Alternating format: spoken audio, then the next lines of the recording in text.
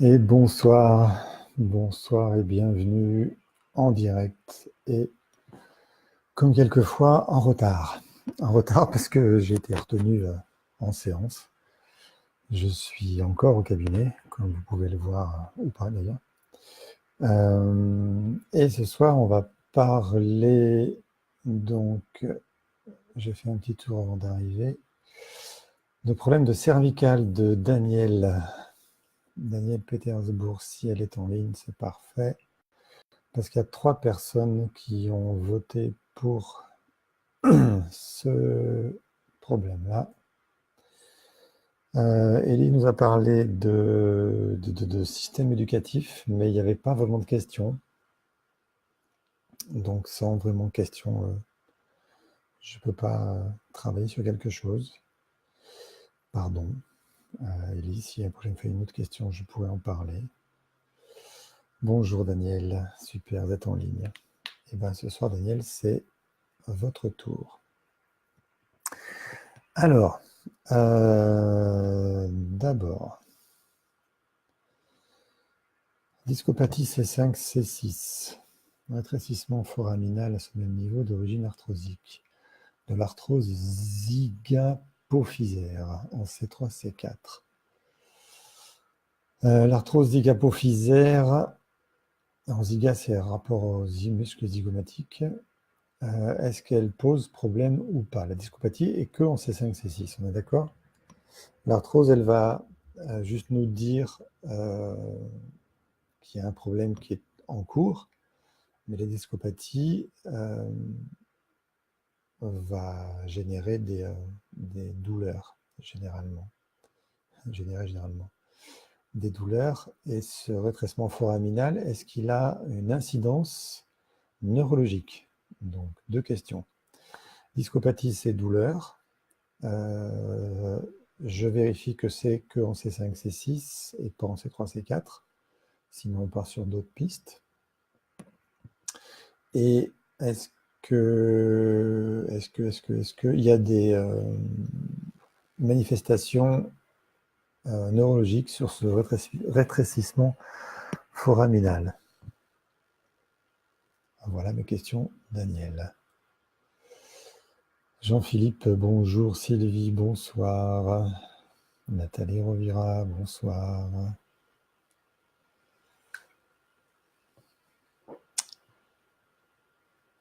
Et pendant que Daniel réfléchit, je vais vous poser une autre question à tous et à toutes. À quoi ça sert d'avoir des cervicales? Pourquoi on a été créé avec des cervicales? À quoi ça sert? Quelle est l'utilité biologique, d'abord, des cervicales? On va parler de décodage biologique ce soir. Bonjour Brig. Uniquement douleur. Parfait. Uniquement douleur. Donc cervicale. Donc uniquement C5, C6. Hein, c'est ça.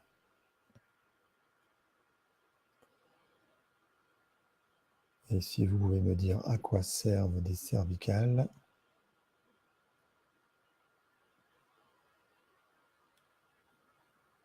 Noémie. Ok. Appelez des gens, appelez des copains, appelez des amis, c'est le moment. On parle de cervicales et s'ils peuvent venir en direct, ça nous intéresse. D'ailleurs, si quelqu'un d'autre, bonsoir, si quelqu'un d'autre a des problèmes de cervicales, parfait. Nathalie, les cervicales, ça sert pour regarder en face quand on est debout. Ben non, parce que s'il n'y a pas de cervicales, on regarde parfaitement en face quand on est debout.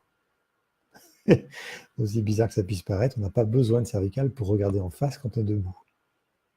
On regarde en face, c'est simple. Non, c'est plutôt l'inverse. Audrey, dans cervical, j'entends cerveau écal. Ok. Le son est très bas. Je sais pas. Pour moi, il est comme d'habitude. J'ai pas touché quoi que ce soit au réglage. Et est-ce que je peux toucher quelque chose maintenant? Non, je ne peux pas toucher quelque chose. C'est parti comme ça. Les cervicales, ça sert au soutien de la tête. Oui, mais Brigitte, s'il n'y avait pas de soutien cervical, la tête serait posée sur la nuque, sur les épaules, et elle serait soutenue pareil. Donc non, pas au soutien de la tête. Sylvie, arthrose C5, C6, C7, très douloureux en ce moment, plus Bernard.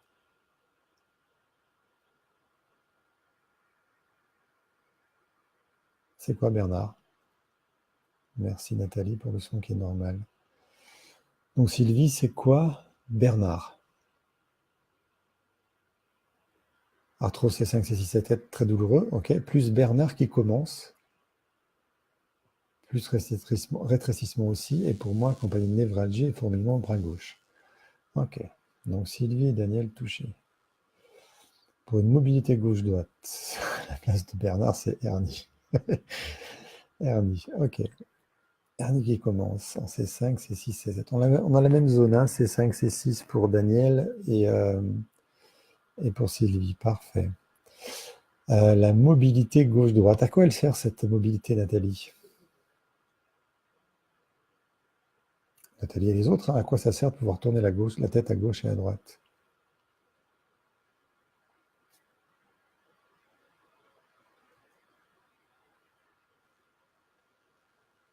Aude, Caroline, bonsoir, Karine aussi, Valérie, Catherine, Aurélie, Audrey, j'ai déjà dit, et Anne. Bonsoir à toutes et à tous, puisqu'on a Jean-Philippe ce soir.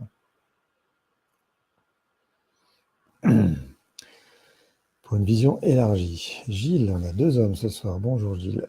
Pour une vision élargie. Complètement. Sans cervical, il faudrait se tourner pour voir. Et non seulement c'est pas pratique, mais en plus, quand on a le dos plaqué à quelque chose, on ne peut pas se tourner. Donc c'est pour voir à droite et à gauche. Problème du côté gauche, mais mal du côté droit. Pour Daniel. Alors, je suis obligé de relire et de commenter tous vos commentaires au fur et à mesure parce que dans le replay, il n'y a pas les commentaires sur le côté. Et bah, ça me permet à... Alors, Pierre, Frédéric, pardon, bonsoir. Moi, c'est épaule et omoplate gauche et cervicale. On va trouver... Alors, c'est assez vague, omoplate gauche et cervicale. C'est pas que cervical. Ça peut venir de cervical.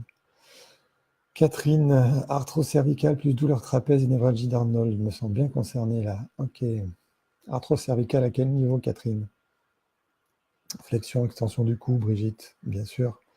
En fait, les cervicales, ça sert à plein de choses. Ça sert à dire oui ou non. Donc déjà, projetez-vous dans vos douleurs. Ça vous empêche de dire oui ou ça vous empêche de dire non. Première chose. Les cervicales permettent de regarder, comme on l'a dit, en vision élargie, augmenter nos 180 degrés à peu près qu'on a de vision. Okay. Paf, on tourne la tête et on passe à presque 360, non, 360. On voit de partout. C5, C6. Ben parfait, on est dans C5, C6 ce soir. Génial. Ça vous parle de quoi, C5, C6? Les cervicales, ça sert aussi à incliner sa tête. On va incliner sa tête en termes de... en signe d'acquiescement, de soumission. Parfois, alors ça c'est un peu plus ancien, les cervicales portent le joug. Vous savez, chez les bêtes de trait. Le joug est posé sur les cervicales en plus des épaules. C'est avec le dorsal pour Catherine. Ok. Les cervicales, ce sont des os. Jusque là, tout le monde doit être d'accord. Mais avec une particularité, c'est que il y a un trou dans ces cervicales. Je n'ai pas de cervicale à vous montrer, ici.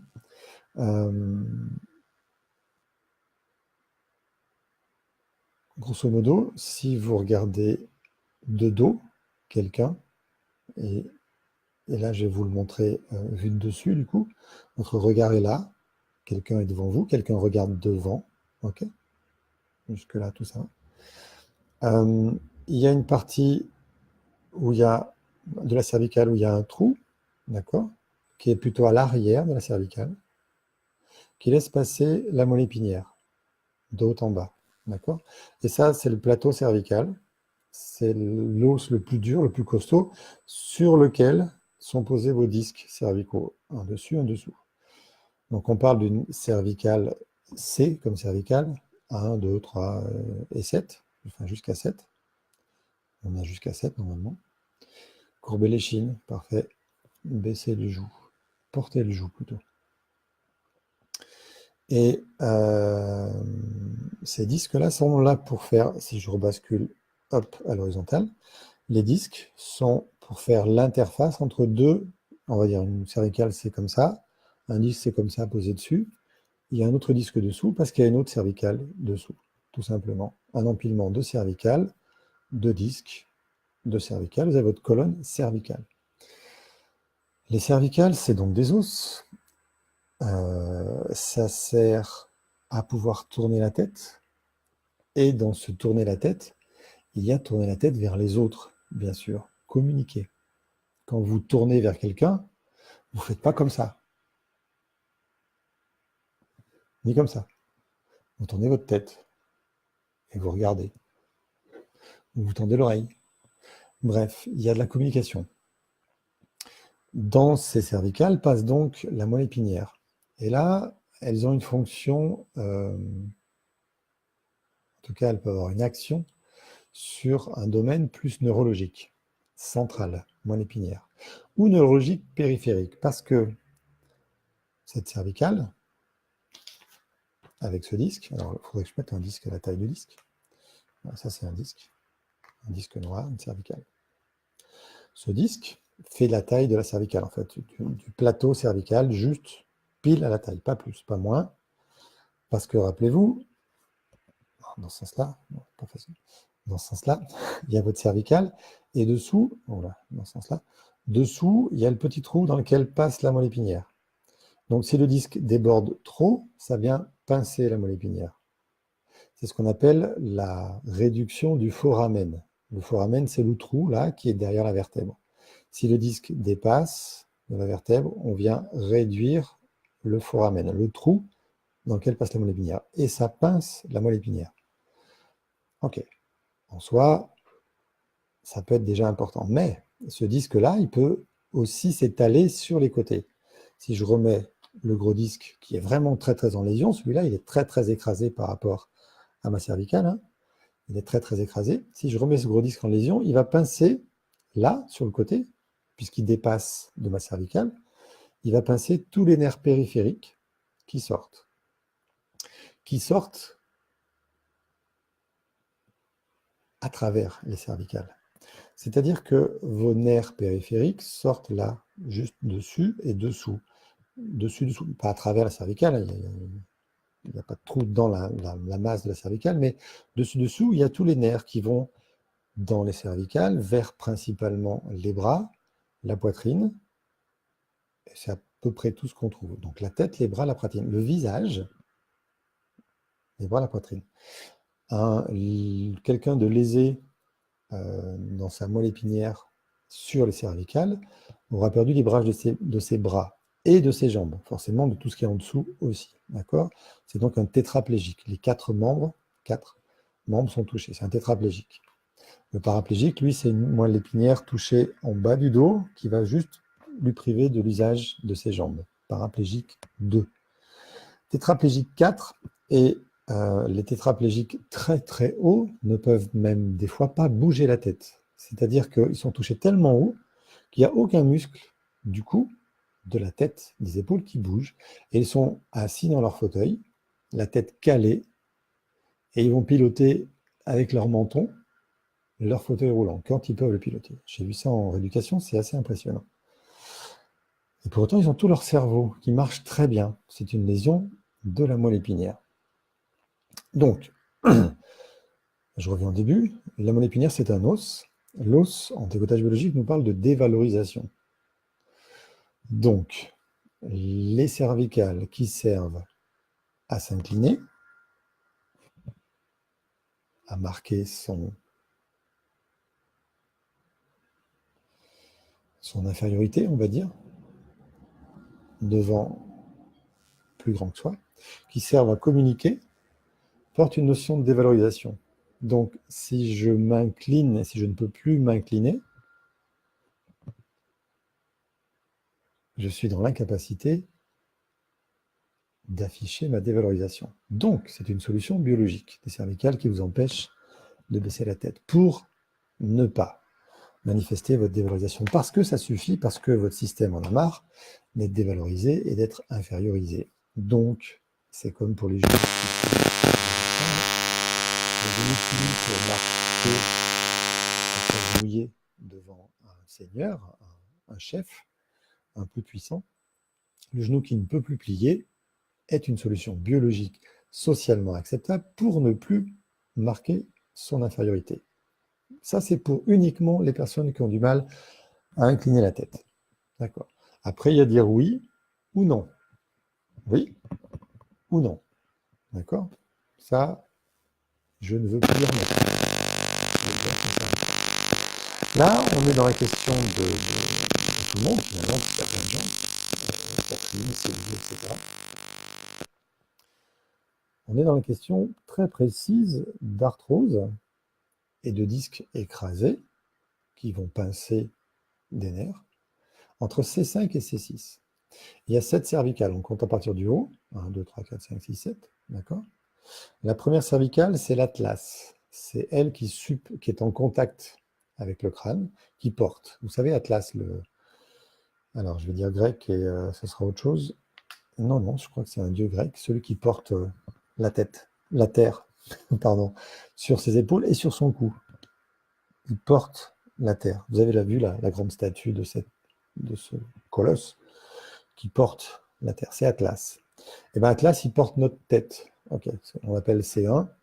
Atlas, c'est la même chose. On n'est pas dans ce sujet-là. On est dans C5, C6.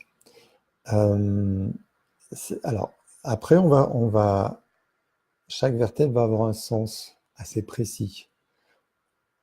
Symbolique, bien sûr, mais en même temps lié à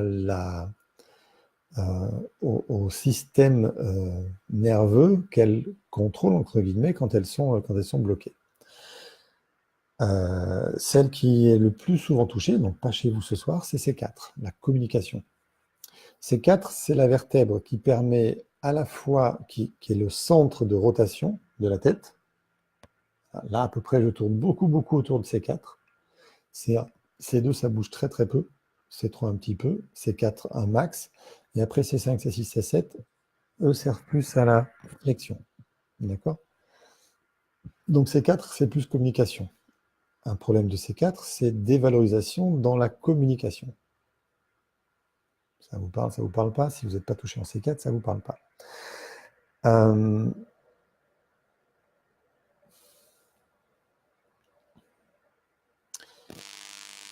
Est-ce que je parle là-dessus?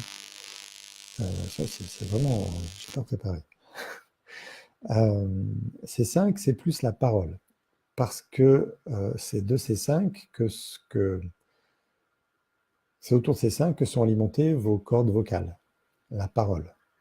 D'accord? Donc, il y a une dévalorisation dans la parole entre C5, autour de C5.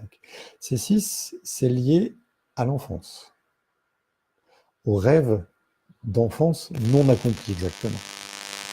Donc, mesdames, puisqu'il y a une dame, qui sont Daniel, qui sont Catherine, qui sont Sylvie, en quoi êtes-vous en dévalorisation autour d'une parole et d'un rêve d'enfant inaccessible, pas accompli, quelque chose dans ce sens-là? De quoi ça vous parle? C'est assez vague. Moi bien. Moi bien quoi, je ne sais pas. Communication, parole. Alors, 4, c'est communication dans le sens tourné vers les autres. 5, c'est parole. Attention, c'est différent. C4 sert à se tourner vers les autres, d'accord? Et commence à avoir des racines sur la corde vocale, mais les plus grandes racines neurologiques des cordes vocales sont en C5.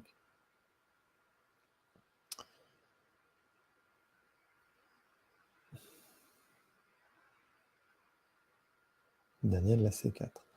Ok, C4, communication donc. Sylvie, je t'ai pas écouté quand j'étais petite, je dérangeais souvent. Et quand vous n'êtes pas écouté, qu'est-ce que vous ressentez?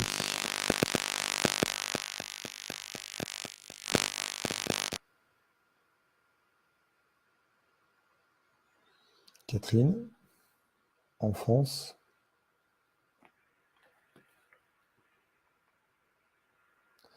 Quelque chose d'inaccessible dans l'enfance, c'est quelque chose qui parle de parole inaccessible dans l'enfance. Catherine, enfant silencieuse. Bien, donc on commence à rentrer dans le cœur du sujet.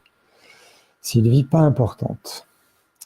Catherine, Daniel aussi, hein, puisque c'est pour vous, Daniel aussi. Pas de valeur, pas importante. Bien, pas de valeur. Rappelez-vous, cervicale, hausse, valeur, dévalorisation. Catherine, enfant silencieuse. Pourquoi enfant silencieuse? Quelle était la raison de ce silence de l'enfant?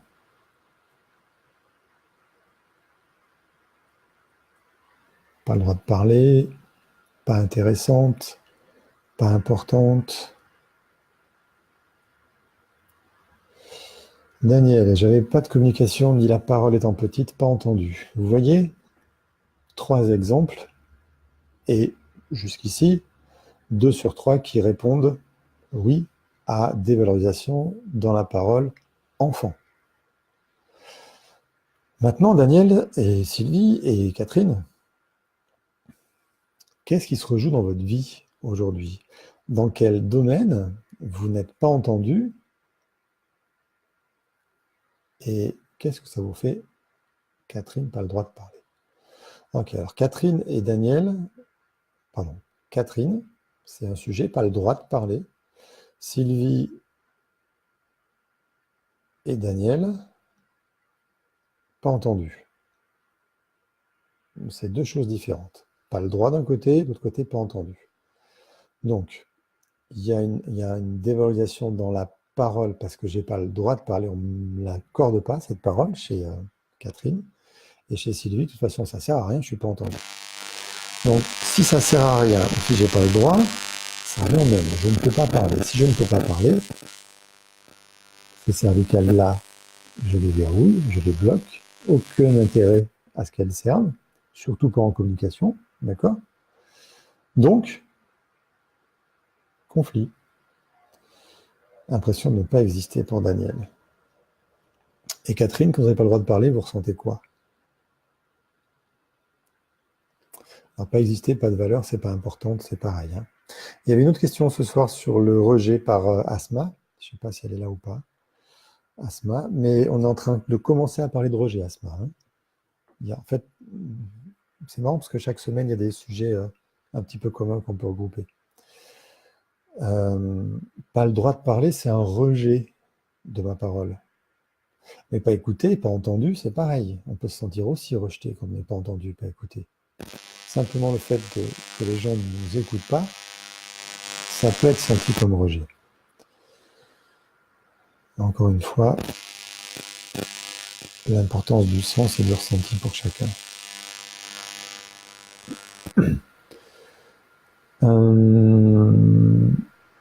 Qu'est-ce qu'on fait de ça? Eh bien, on revient aux mêmes questions. Qui est-ce qui ne m'écoutait pas?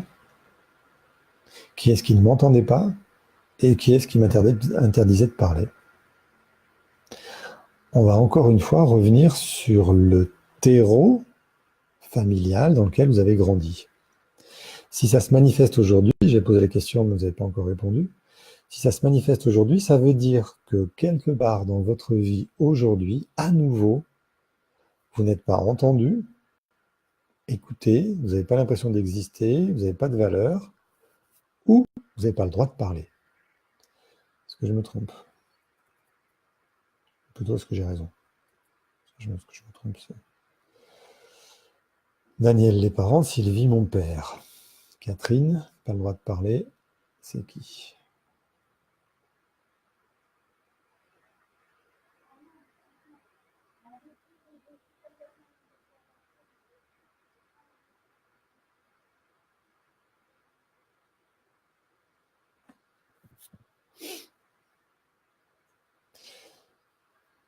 Les parents vous ont élevé,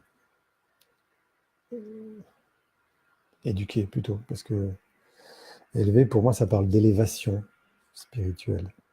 C'est rare quand ils nous ont élevés spirituellement, nos parents. Ou alors plutôt élevé dans le sens d'élevage, et là, c'est plutôt négatif.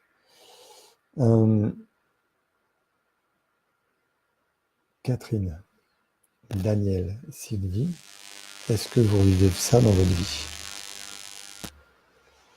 Enfant, la parole en famille n'était pas permise. Aujourd'hui, je ne sais pas. Pas encore.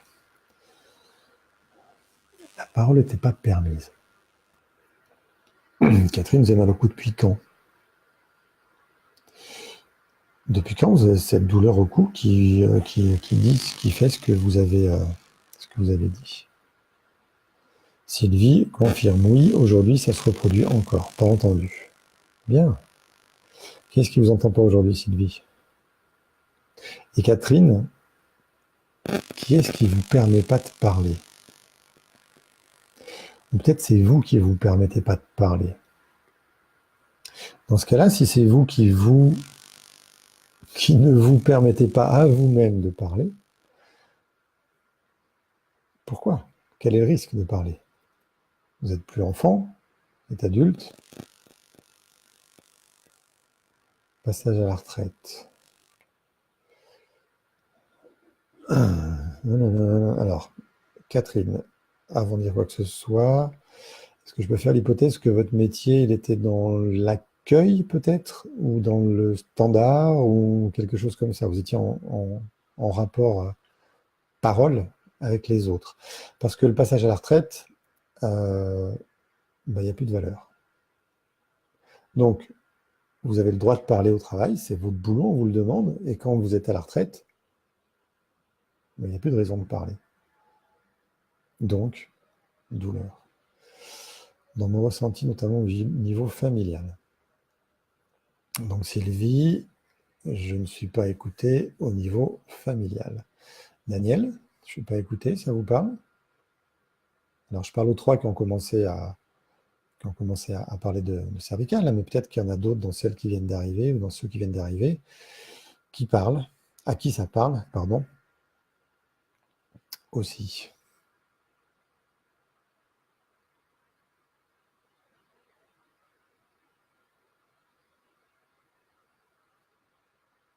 Non? Oui? Allez-y, je vous écoute.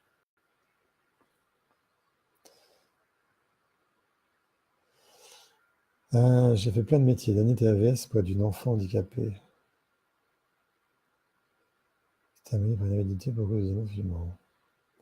Cette enfant handicapée, elle était handicapée moteur, cérébral, plutôt cérébral, et en termes de communication, non? Hypothèse, encore une fois. AVS auprès d'une enfant. Je cherche en fait ce qui était en rapport avec la communication chez Daniel, chez Catherine.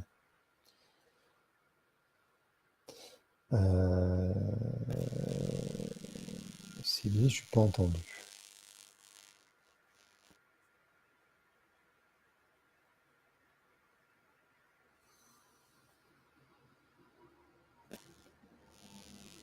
Alors, Jean-Jacques, Anne, Florence, bonsoir. On est sur les cervicales, avec des questions pour Catherine et une hypothèse. L'enfant handicapé dont elle s'occupait avait des problèmes de communication. Désolé de pas entendu les problèmes de son. Extraordinaire. Daniel, quand je parle, on ne m'écoute pas, on ne m'entend pas, ça me ramène à une discussion avec mon fils fin d'année 2018. Ok. Sylvie, de manière générale, j'ai ce ressenti. J'ai souvent l'impression de ne pas être entendu, que ce soit au travail, en famille, avec mes enfants. On ne leur pas compris, ce qui nécessite beaucoup d'explications. Catherine, je répète la question.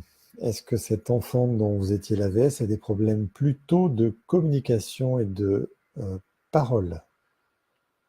Ce qui vous aurait replongé dans votre enfance, où vous n'aviez pas, vous, le droit de parler, mais elle, c'est peut-être l'impossibilité de parler. C'est pour ça, c'est le rapprochement que je fais. Célie, bonsoir. Bonsoir Anne-Laure.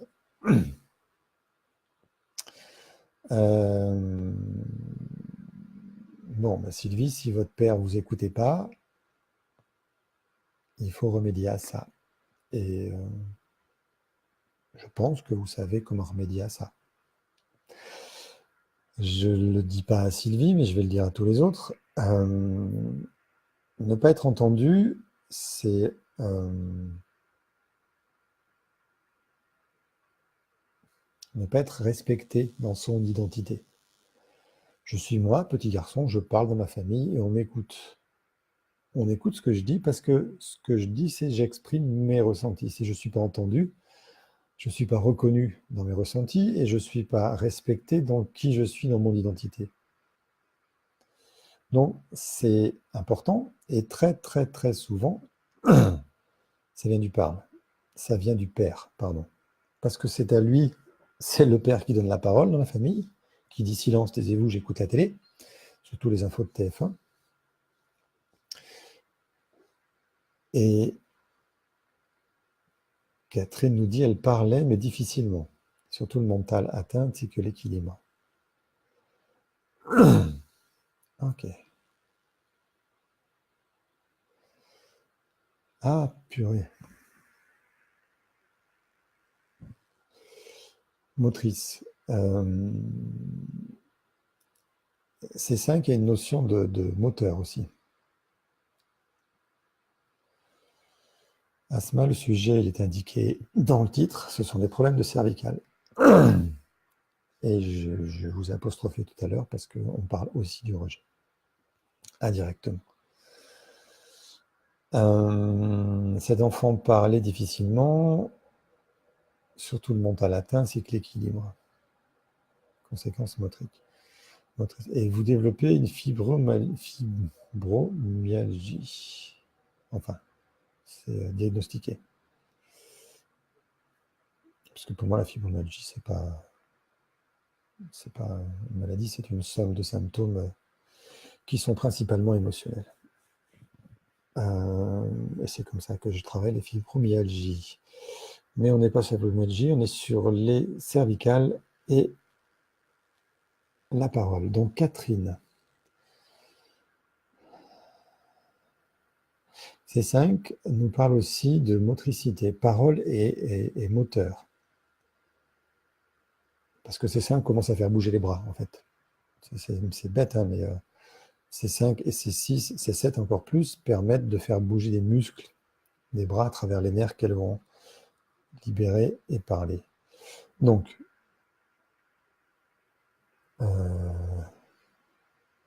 Catherine, enfant, vous étiez silencieuse,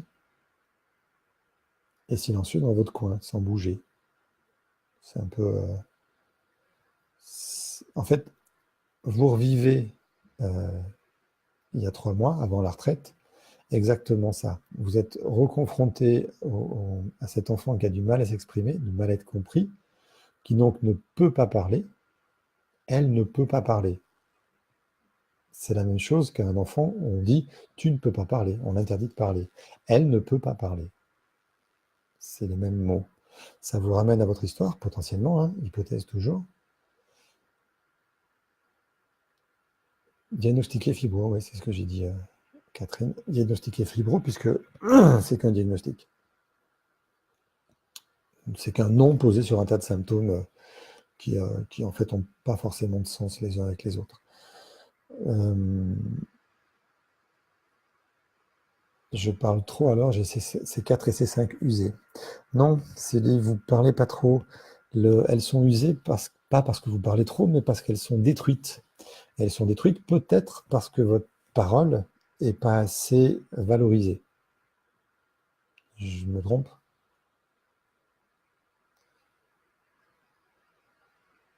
Merci Nathalie.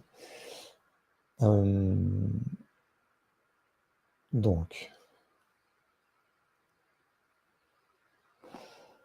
on a besoin d'être entendu par celui qui donne la parole, qui distribue la parole dans la maison. Si c'est le père, travaillez sur le père et sa propension à ne pas donner la parole, à la couper, à la fermer. Catherine, vous avez interdiction de parler à la maison, interdiction, je suppose, par le père, mais si c'est interdiction par la mère, travaillez sur cette interdiction sur la mère. Travaillez avec vos parents. En thérapie familiale, ça marche très bien, on peut très bien résoudre. J'ai passé peut-être trop de temps à rien dire. Je ne sais pas, Célie. La solution, travailler sur le parent ou les parents, et peut-être les deux à égal niveau, qui vous ont interdit de parler ou qui vous ont pas entendu et pas écouté. Travailler en thérapie familiale avec des outils qui permettent à la petite fille en vous, puisque ce soir il n'y a que des femmes qui parlent. Ah, mon père aussi était silencieux. Ouais, mais Célie, c'est vrai que les accidents, les coups du lapin, ça arrange pas les choses.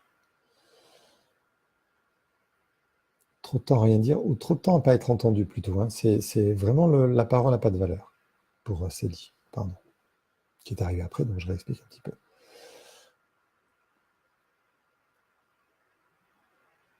Moi je sais, mais parfait. Donc si vous savez, ça roule.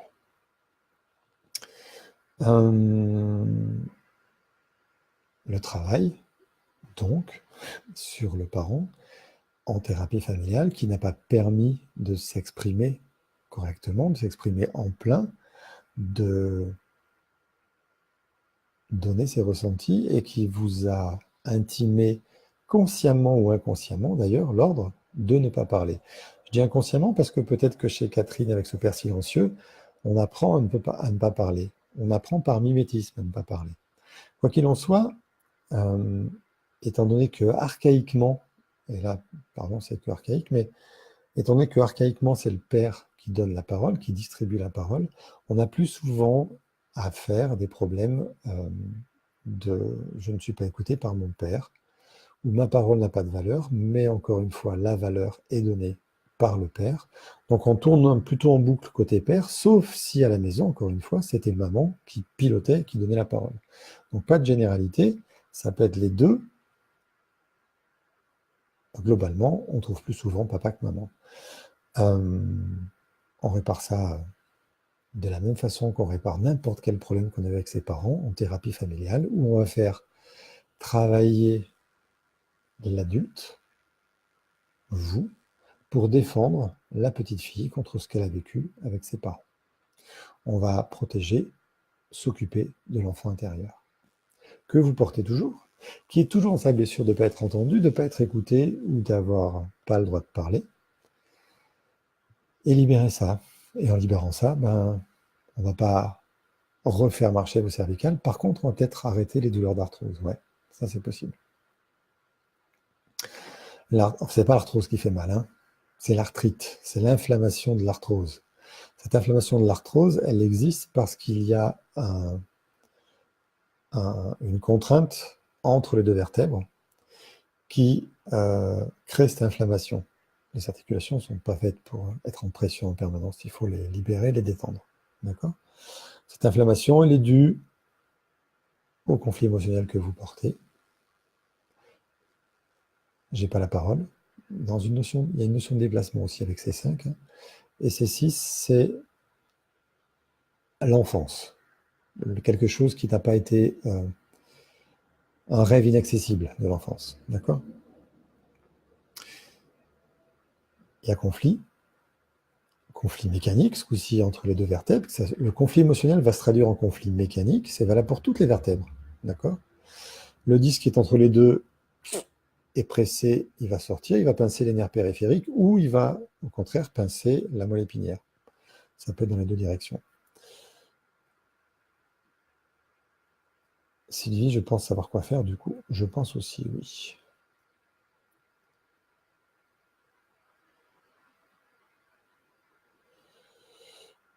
Asma, on parle de problèmes cervicaux. Si vous n'avez pas de problèmes cervicaux, je suis désolé pour votre père qui est mort quand vous avez 8 ans.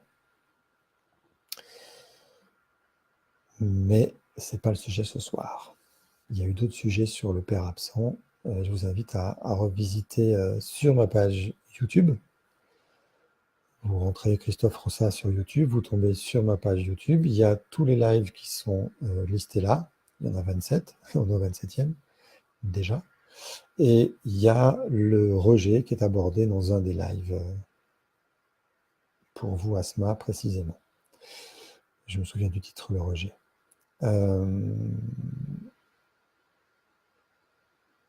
Daniel, Catherine, est-ce que ça vous parle, cette histoire de « je n'ai pas le droit de parler pour Catherine » ou « je ne suis pas écouté » ? Daniel aussi, vous savez quoi faire, vous êtes en train de le faire dans le webinaire Se trouver soi-même. Et Catherine, moi, je vous invite à regarder en thérapie familiale. Le rêve inaccessible de l'enfant, c'est le non-droit à la parole, ça résonne bien en moi. Avec le passage à la retraite, je pense que ça se situe plutôt là. Le rêve inaccessible de l'enfance. Ah, c'est intéressant du coup. Bien. Donc voilà, encore une fois, en décodage biologique, les grandes notions des cervicales, c'est communication, C5, parole et déplacement. Alors, on retrouve déplacement chez cet enfant dont Catherine s'occupait. En tant qu'AVS, c'est donc venu ressoulever quelque chose de son rêve d'enfant inaccessible. Quoi?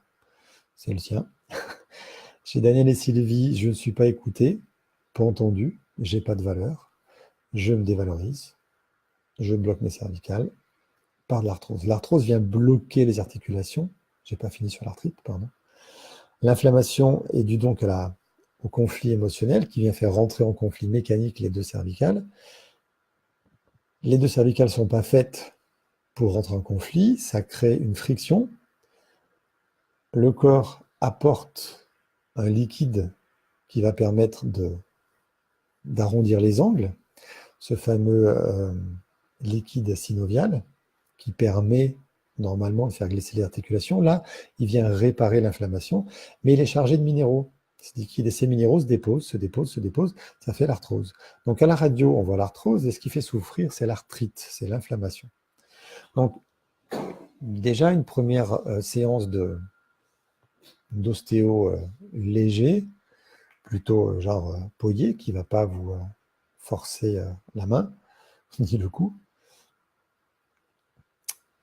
À quoi correspond C6 et C7 C7, je ne l'ai pas en tête. C7, je ne l'ai pas en tête. Je vais m'aider C7. Ah oui, oui. C7, c'est vraiment le lien avec le dos, avec les dorsales. Et c'est là où on plie le plus. Okay, quand vous penchez en avant, ça plie. C'est là qu'on porte le joug, d'accord, le joug du bœuf qui porte vraiment. Et c'est la soumission la plus complète.